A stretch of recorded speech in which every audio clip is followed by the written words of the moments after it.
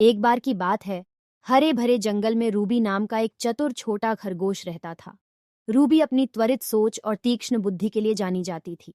उसके मददगार और दयालु स्वभाव के कारण जंगल के सभी जानवर उससे प्यार करते थे। एक धूप वाली सुबह, जब रूबी जंगल में घूम रही थी, उसने टिम्मी नाम के एक कछुए को देखा जो काफी उदास था।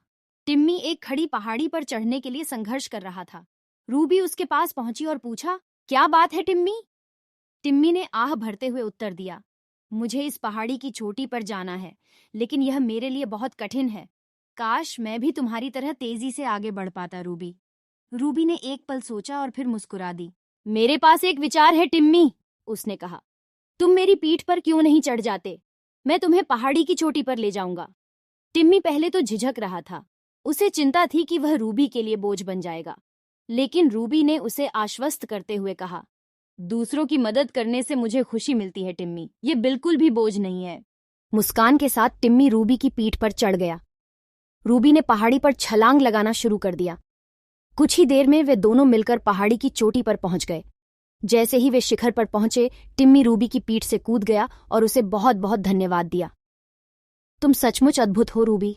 तुम्हारी दयालुता और निस्वार्थता ने उस समय मेरी मदद की जब मुझे इसकी सबसे अधिक आवश्यकता थी। रूबी ने विनम्रतापूर्वक उत्तर दिया, यह मेरे लिए सौभाग्य की बात है टिम्मी। याद रखें, हम सभी में अद्वितीय ताकतें हैं और जब हम उनका उपयोग दूसरों की मदद करने के लिए करते हैं तो सभी को लाभ होता है। उस दिन के बाद से रूबी और टिम्मी बहुत अच्छे दोस्त बन गए।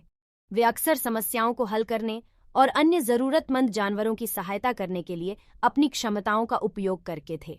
कहानी का सार ये है कि हम सभी के पास अपने विशेष कौशल और प्रतिभाएं हैं। एक दूसरे की मदद करके और दूसरों के लाभ के लिए अपनी शक्तियों का उपयोग करना चाहिए। दोस्तों, इस तरह की मजेदार कहानियों के लिए हमारे चैनल को अभी सब्सक्राइब करें और वीडियो को लाइक भी